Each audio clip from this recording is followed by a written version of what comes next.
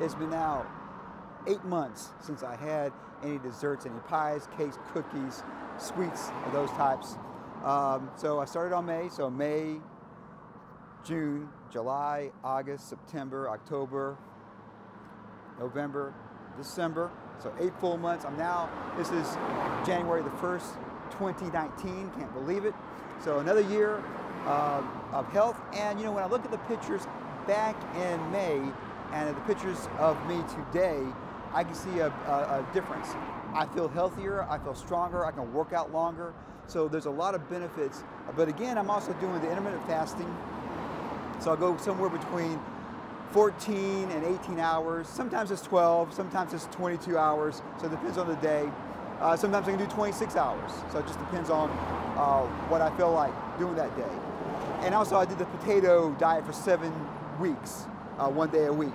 So I think all those things kind of help out.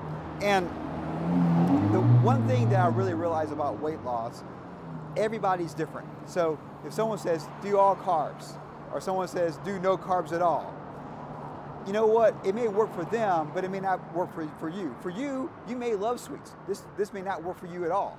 So it just depends on who you are and what kind of metabolism you have, what kind of discipline you have as well. Doing intermittent fasting is not for everybody. It's a tough thing to do. Not everybody can do intermittent fasting. For me, I like that I have control over when I eat, and that food doesn't control me. I eat when I want to eat. So I think all these things together have helped me maintain weight and lose weight and everything. So yeah, so 8 months without dessert.